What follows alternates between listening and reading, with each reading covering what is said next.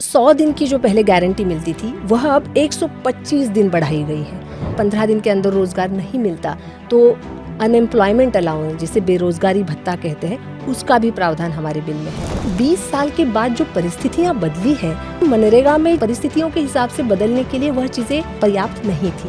उन्हें एक ऐसी रोजगार गारंटी योजना देनी चाहिए कि जिससे उनको रोजगार तो मिले ही, उसी के साथ साथ उनके ग्रामों का विकास होकर वो विकसित भारत की ओर जाने में उनको मदद मिले। विकसित ग्राम पंचायत प्लान जो है वह बनाएंगे हमारे गाँव के लोग ही।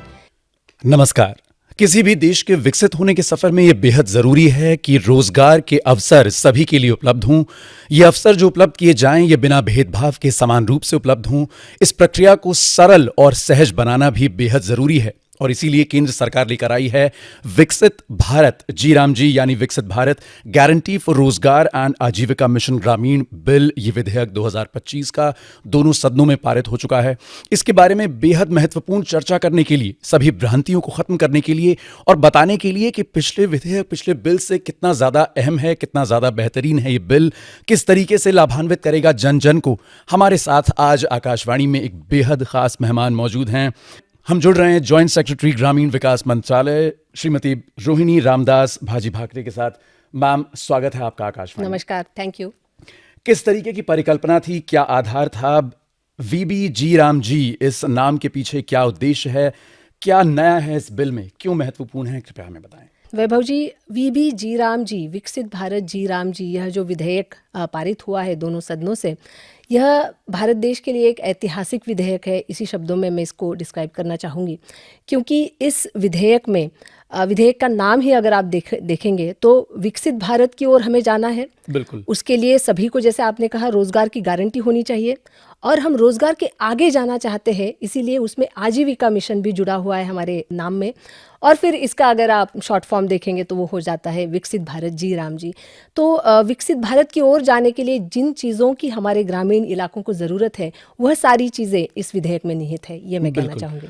जो पुराना बिल था मनरेगा, जिसकी हम देखते हैं कि सितंबर 2005 वो पारित हुआ दोनों सदनों से और अब तक वो चल रहा है, क्या ऐसी कुछ कमियां थीं, कुछ समस्याएं थीं उस बिल में जो जन जन तक उसका लाभ नहीं पहुंच पा रहा था, और क्यों ज़रूरत थी एक नए बिल की, एक नए विधेयक की जो अब केंद्र सरकार लेकर आई है? जी वैभव जी, इस प्रश्न का उत्तर मैं 2 हिस्सों में बांटना चाहूँगी। पहला हिस्सा यह है कि मनरेगा जब आया 2005 में, तब भारत देश की सोशो इकोनॉमिक परिस्थिति, जिसे हम आर्थिक परिस्थिति और सामाजिक परिस्थिति कहेंगे, वह बहुत भिन्न थी एज कम्पेयर टू 2025 की परिस्थितियाँ।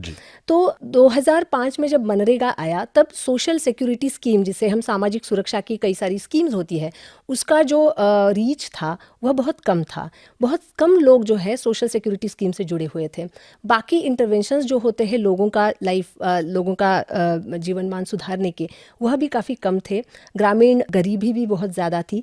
ऐसे सिचुएशन में ये बहुत ज़रूरी था उस ज़माने में 2005 में कि जो ग्रामीण इलाकों में सरप्लस लेबर होता है उसे एब्जॉर्ब करने की ये ज़रूरत थी। परंतु 20 साल के बाद जो परिस्थितियाँ बदली हैं, उस हिसाब से मनरेगा में जो परिस्थितियों के हिसाब से बदलने के लिए वह चीज़ें पर्याप्त नहीं थी।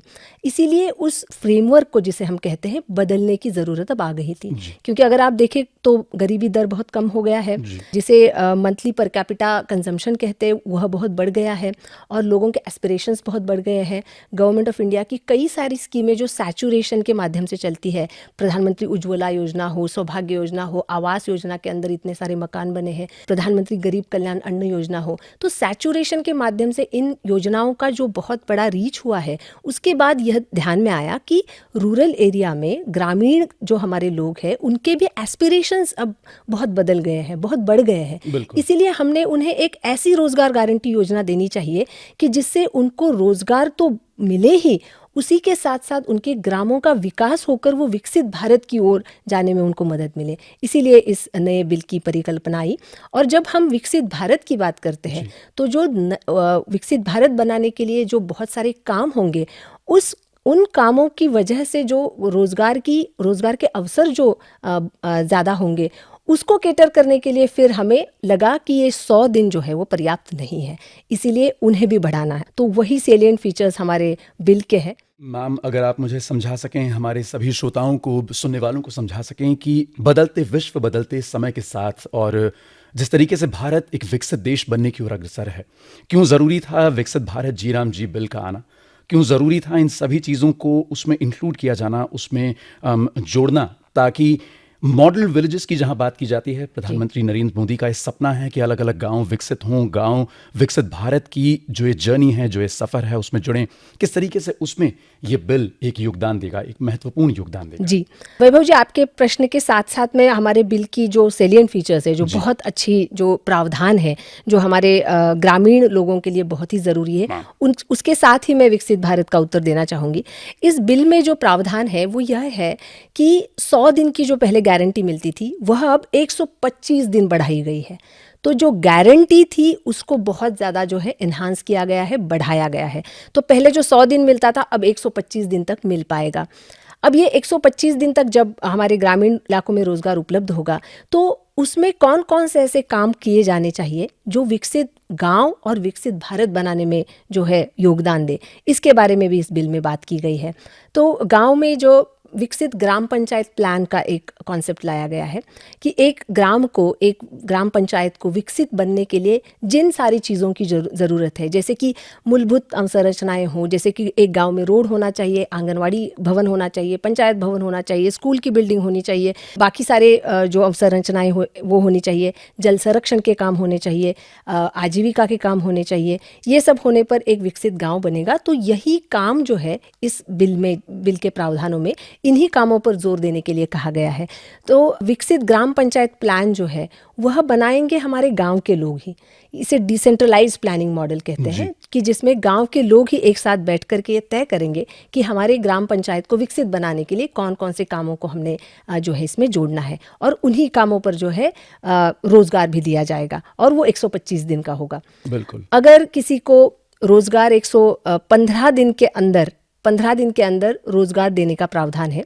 अगर एप्लीकेशन करने के बाद अगर 15 दिन के अंदर रोजगार नहीं मिलता तो अनएम्प्लॉयमेंट अलाउंस, जिसे बेरोजगारी भत्ता कहते हैं, उसका भी प्रावधान हमारे बिल में है। तो यह एक कानूनी गारंटी होने की वजह से इसे एनफोर्सिएबल बनाना बहुत ज़रूरी है कि 125 दिन आपकी गारंटी है। अगर आपको 15 दिन के अंदर अंदर रोजगार नहीं मिलता है तो क्या? इस प्रश्न का उत्तर भी बिल ही प्रोवाइड करता है, विधेयक ही प्रोवाइड करता है कि अगर नहीं मिलता है तो आपको बेरोजगारी भत्ता जो है वह दिया जाएगा। मैम, बहुत सी भ्रांतियां हैं इस बिल को लेकर कि गारंटी हटा दी जाएगी, बेरोजगारी भत्ता नहीं दिया जाएगा, जैसा कि अभी अभी आपने बताया। और कौन सी ऐसी भ्रांतियां सुनने में आ रही हैं आपको लगता है जिनका हट जाना, जिनका मानसिक रूप से दूर हो जाना बेहद ज़रूरी है, ताकि लोग इस बात पे स्पष्ट हो जाएं कि ये जो बिल है ये पहले से ज़्यादा बेहतर है, पहले से ज़्यादा लाभ देगा लोगों को, किसानों के लिए ज़्यादा बेहतर होगा? आप इस बारे में क्या कहेंगी? बिल्कुल। लोगों में ये फैलाया जा रहा है कि क्या इस बिल से आपको 125 दिन की गारंटी मिलेगी भी या नहीं। मैं ये फिर से दोहराना चाहूँगी जी। आपके इस कार्यक्रम के माध्यम से, जो भी श्रोताएं हमें सुन रहे हैं, कि 125 दिन की गारंटी आपकी कानूनी गारंटी है और वह आपको मिलकर रहेगी। और इसके लिए सेंट्रल गवर्नमेंट, स्टेट गवर्नमेंट, सब लोग इसमें जुड़े हुए हैं। इसीलिए कोई भी इस टाइप की भ्रांति को आप बिल्कुल भी उस पर गौर ना करें। 125 दिन आपकी गारंटी आपको जो है एक फाइनेंशियल ईयर में मिलेगी। अब इसमें किसानों को लेकर जो 60 दिन का एक प्रावधान किया गया है कि जब हमारे किसान भाई बहनों का जब बुआई कटाई का सीज़न होता है तब हमने देखा है कि कई बार मजदूर नहीं मिलते हैं बुआई कटाई के समय।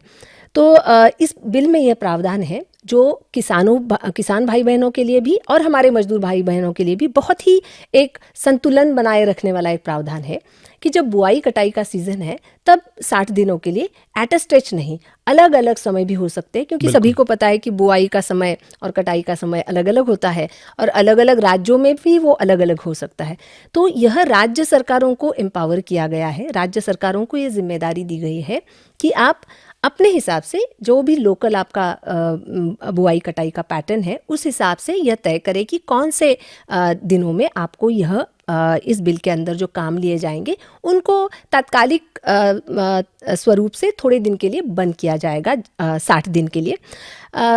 वो बैन नहीं है, हमने सुना कई जगहों पे कि बैन हो गया 60 दिन, ये बिल्कुल गलत है। 60 दिन का जो पीरियड है वो राज्य सरकारें तय कर सकती है कि ओके, बुआई के समय 15 दिन, कटाई के समय 20 दिन जो है बंद रहेगा।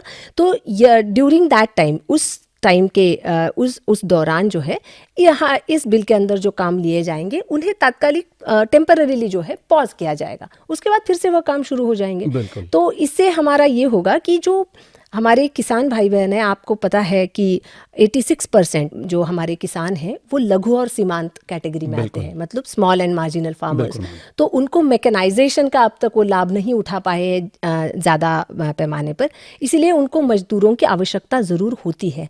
तो यह हमारे लघु और सीमांत किसान भाई बहनों के लिए भी और हमारे श्रमिक भाई बहनों के लिए भी बहुत ही संतुलन बनाए रखने वाला यह एक प्रावधान है। तो उस भ्रांति को भी दूर करना ज़रूरी है कि 60 दिन आपको काम नहीं मिलेगा, ऐसा नहीं है।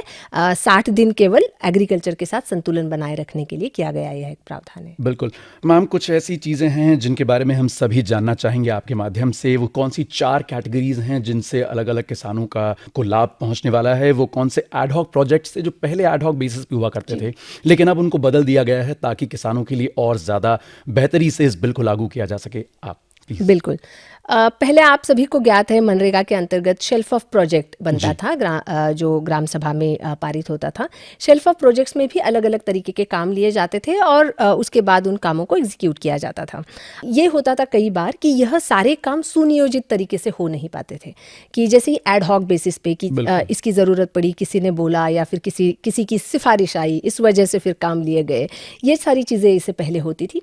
अब इस बिल में यह प्रावधान है कि जो 4 कैटेगरीज की आपने बात की, उन 4 कैटेगरीज में जो काम लिए जाएंगे वह भी विकसित ग्राम पंचायत प्लान के माध्यम से जो है लिए जाएंगे और ग्राम पंचायत ही प्लान करेगी कि हमें कौन कौन से काम लेने हैं। अब वो जो 4 कैटेगरीज हैं वो इस प्रकार से है। सबसे पहली कैटेगरी है जल संधारण के कार्य, जल सुरक्षा और जल संधारण के कार्य, जिसमें चेक डैम, कुएं जो इससे पहले भी बनते थे, तालाब की डीसिल्टिंग एंड डीपनिंग, ये सारी चीज़ें जो होगी जो जल संधारण के काम है। दूसरी महत्वपूर्ण कैटेगरी जो है वो कोर रूरल इंफ्रास्ट्रक्चर, जिसे हम बुनियादी अवसंरचना कह सकते हैं। तो गाँव में जो भी ज़रूरत है, जैसे कि मैंने इससे पहले भी कहा कि स्कूल की ज़रूरत है, आंगनवाड़ी की ज़रूरत है, स्वास्थ्य केंद्र की ज़रूरत है, कॉमन सर्विस सेंटर की ज़रूरत है, रोड की ज़रूरत है। तो यह सारी चीज़ें जो है अवसंरचना सेकंड कैटेगरी में आएगी। थर्ड कैटेगरी जो है वो है आजीविका मूलक गतिविधियाँ, जो लाइवलीहुड इंफ्रास्ट्रक्चर हम जिसे कहते हैं। अब अगर मनरेगा में देखें तो उसके ऊपर बिल्कुल फोकस नहीं था, क्योंकि मेन ऑब्जेक्टिव था कि केवल किसी को शारीरिक श्रम, मतलब अकुशल शारीरिक श्रम का एक रोज़गार देना है। परंतु अब हम चाहते हैं कि हमारा जब देश इतना बदल रहा है तो हम लोगों को केवल अनस्किल्ड मैनुअल काम करने पर ही क्यों रखें। हमने उन्हें ऐसी भी कुछ एसेट्स देनी चाहिए जिससे कि वो आगे जा कर के उनके आजीविका में वृद्धि हो। तो ऐसे आजीविका मूलक जो गतिविधियां हैं, जैसे कि धान्य के भंडारण के जो बिल्डिंग्स बनते हैं जिसे हम फूड स्टोरेज स्ट्रक्चर कहते हैं, या फिर अनाज स्टोर करने के स्ट्रक्चर्स हों, या फिर हमारे आजीविका की दीदियां हैं। आप सभी को पता है कि दीदियां अब लखपति दीदियां बन चुकी है और इन लखपति दीदियों को अब बड़े उद्यम करने का जो है बहुत आशा है कि वो अब इसके बाद बड़े उद्यम करेंगी। और अगर उन्हें बड़े उद्यम करने हैं तो उन्हें हर बार ब्लॉक या जिला हेडक्वार्टर्स जाने की ज़रूरत ना पड़े। उन्हीं के गांव में अगर एक वर्कशेड बनता है और वहीं पे कुछ बहुत अच्छे उद्यम उनसे दीदियों से हो पाते हैं, तो वह क्यों ना इसमें अलाउड हो। इसीलिए ये जो थर्ड कैटेगरी है हमारी आजीविका मूलक गतिविधियाँ, यह भी एक बिल का बहुत इंपॉर्टेंट प्रावधान है। और चौथा जो कैटेगरी है वह है प्राकृतिक आपदाओं से निपटने वाली कुछ चीज़ें। जैसे कि आपने देखा होगा पिछले मानसून में 3 राज्यों में बाढ़ की परिस्थिति आई थी, हिमाचल हो, उत्तराखंड हो, पंजाब हो। तो हम ये देख रहे हैं कि एक्सट्रीम वेदर इवेंट्स जिसे कहते हैं वो आजकल बहुत बढ़ रहे हैं क्लाइमेट चेंज के चलते। तो हम चाहते हैं कि हमारे गांव जो है वो क्लाइमेट रिजिलियंट बने, वो लचीलापन उनमें हो कि कल जाके अगर कोई बाढ़ आती है या फिर और भी कोई प्राकृतिक आपदा आती है तो उससे निपटने की जो है क्षमता हमारे गाँव में हो। इसीलिए अगर कोई कोस्टल गाँव है तो वहाँ साइक्लोन शेल्टर होना चाहिए, सुनामी शेल्टर बनना चाहिए। अगर कोई गाँव हिली एरिया में हो, हिमालयन एरिया में हो, तो रिटेनिंग वॉल्स बने जिससे उनके खेत की ज़मीनों का जो है संरक्षण हो। तो ऐसी कई सारी प्राकृतिक आपदाओं से निपटने वाले जो एसेट्स है वो हमारी चौथी कैटेगरी में शामिल है। मैम, आपसे जानना चाहेंगे, प्रधानमंत्री ने बार बार इस बात पर जोर दिया कि विकसित भारत बनने की दिशा में हमारे लिए एक बेहद ज़रूरी चीज़ है कि जितने भी अलग अलग मंत्रालय हैं, जितने भी अलग अलग विभाग हैं, उनमें आपस में समन्वय होना बेहद ज़रूरी है। ये कोऑपरेशन, ये कोऑर्डिनेशन ही था जिस वजह से पीएम गति शक्ति इंट्रोड्यूस किया गया देश में। अब पीएम गति शक्ति के साथ चलते चलते जो नया विधेयक है विकसित भारत जीराम जी बहुत जल्द अधिनियम बन जाएगा। किस तरीके से आप देखते हैं कि पीएम गति शक्ति इसमें सम्मिलित किया गया है, मिश्रित किया गया है? किस तरीके से अब वो समन्वय जो पहले नहीं हुआ करता था, अब हम बेहतर ढंग से देख पाएंगे? बहुत अच्छा सवाल है। विकसित भारत जी राम जी यह ऐसा विधेयक है जिसमें कन्वर्जेंस, जिसे हम कहते हैं अभिसरण, कन्वर्जेंस ऑफ डिफरेंट स्कीम्स, अलग अलग जो सरकार की योजनाएं अलग अलग माध्यम से चलती है उनको एक साथ ला करके उनका कन्वर्जेंस करके जो डिलीवरी करनी है वह इंस्टीट्यूशनलाइज करने की, उसको एक संस्थात्मक स्वरूप देने का प्रावधान जो है इस विधेयक में है। हमारे आदरणीय प्रधानमंत्री जी हमेशा से ही केवल वोल ऑफ गवर्नमेंट नहीं, वोल ऑफ नेशन अप्रोच की बात करते हैं कि इसमें हम सब ने जुड़ना है, इसमें हम सारे मंत्रालयों ने ही केवल नहीं परंतु स्थानिक स्वराज्य संस्थाओं के जो हमारा संपूर्ण सेटअप है उन्होंने भी जुड़ना है, गांव के लोगों ने भी जुड़ना है। इसीलिए इस कन्वर्जेंस के माध्यम से इसे करना ज़रूरी है। अब बात आई पीएम गति शक्ति की। कन्वर्जेंस करने के लिए हमें पहले यह पता होना चाहिए कि कौन कौन से मंत्रालय की कौन कौन सी योजनाएं आपके यहाँ कार्यरत है, तो वह पता करने का एक बहुत अच्छा तरीका है पीएम गति शक्ति। पीएम गति शक्ति यह एक पोर्टल है जिसमें अलग अलग मंत्रालयों के अलग अलग जो एसेट्स बने हुए हैं सारे गांवों में, उनका लेयर जो है हमें वो दिख जाता है। तो अगर पीएम गति शक्ति को विकसित ग्राम पंचायत प्लान बनाते समय उसके साथ इंटीग्रेट किया जाए, हमारे ग्राम सभा के प्रतिनिधि सब बैठेंगे और जब प्लान बनाएंगे तो उन्हें बहुत ही सुविधा होगी पीएम गति शक्ति के माध्यम से ये तय करने में कि कौन सा कार्य कहाँ लेने पर हमारे ग्राम पंचायत को वो सबसे ज़्यादा फलदायी रहेगा। मैम, एक आम बात जो पूरे देश में बल्कि फैल रही है, और या फिर कह सकते हैं जैसा आपने पहले कहा कि फैलाई जा रही है, फंडिंग को लेकर कि पहले फंडिंग क्या थी, अब फंडिंग किस तरीके से बदल दी गई है। केंद्र सरकार पहले कितनी फंडिंग में भागीदारी थी और अब कितनी कम है या ज़्यादा है। फंडिंग को लेकर बहुत सारी भ्रांतियां हैं मन में लोगों के। अगर आप उन भ्रांतियों को दूर कर पाएं, एक बार में आप सभी को एक सटीक बात बता पाएं प्लीज़। वैभव जी, मैं आपको पहले तो ये बताना चाहूंगी कि ये भ्रांतियां एक्चुअली लोगों में नहीं है। लोगों को तो 125 दिन की गारंटी मिल रही है तो हमारे भाई बहन उसमें खुश है, परंतु कुछ जगहों से ये आ रहा है कि पहले तो 100% जो है गवर्नमेंट ऑफ इंडिया देती थी या 90-10 था, परंतु मैं अब इस माध्यम से ये पूरा क्लियर करना चाहूंगी कि एमजी नरेगा में भी फंड शेयरिंग पैटर्न जो था वह ऐसा था कि मटेरियल कंपोनेंट जो होता है, जो सामग्री मद जिसे कहते हैं, सामग्री मद में 75% गवर्नमेंट ऑफ इंडिया देती थी और 25% जो है वो राज्य सरकारें कंट्रीब्यूट करती थी और मजदूरी का जो है 100% गवर्नमेंट ऑफ इंडिया से जाता था। अब ये कहना इसमें ज़रूरी है कि विकसित भारत की यात्रा जो है जन जन की यात्रा है, सभी की यात्रा है, तो इसमें केंद्र सरकार के साथ साथ राज्य सरकारें भी बहुत बड़ी हमारी साझेदार भागीदार जो है पार्टनर्स हैं। तो अगर इस यात्रा में राज्य सरकारें भी इसके साथ हमारे साथ जुड़ जाए तो यह यात्रा सभी के लिए बहुत ही और अच्छे तरीके से की जा सकती है। इस नए विधेयक में जो फंडिंग पैटर्न है वो 60-40 का है, मतलब 60% जो है पूरे योजना में जितना खर्चा आएगा उसका 60% है गवर्नमेंट ऑफ इंडिया देगी और 40% जो है वो राज्य सरकारों ने कंट्रीब्यूट करना है। तो यह फंडिंग पैटर्न जो है, इसमें जो ये अलग अलग प्रपोजल्स है, ये एक तो पहले तो ये नई बात नहीं है।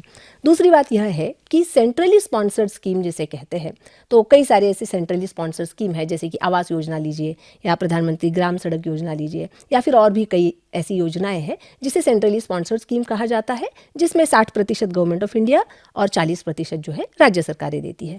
तो यह एक बहुत ही स्टेबिलाइज हुआ और बहुत ही रिलायबल टाइप का जो है फंडिंग पैटर्न है, जिसमें सारी राज्य सरकारें जो है बहुत ही अच्छे तरीके से ये स्कीम्स चला रही है। तो मुझे ऐसे लगता है कि इस विधेयक में भी जो फंडिंग पैटर्न प्रपोज किया गया है उससे भी 125 दिन की गारंटी देने में कोई भी प्रॉब्लम नहीं आनी चाहिए। बिल्कुल, इतने महत्वपूर्ण, इतने अहम गंभीर मुद्दे को इतने सहज और सरल तरीके से आपने हमें समझाया, जन जन तक ये बात पहुंचाई और साथ ही साथ हमें बताया कि विकसित भारत जीराम जी का जो ये विधेयक है किस तरीके से हमारे किसान भाई बहनों के लिए और भारत के विकसित बनने की यात्रा में कितना ज़्यादा योगदान देगा।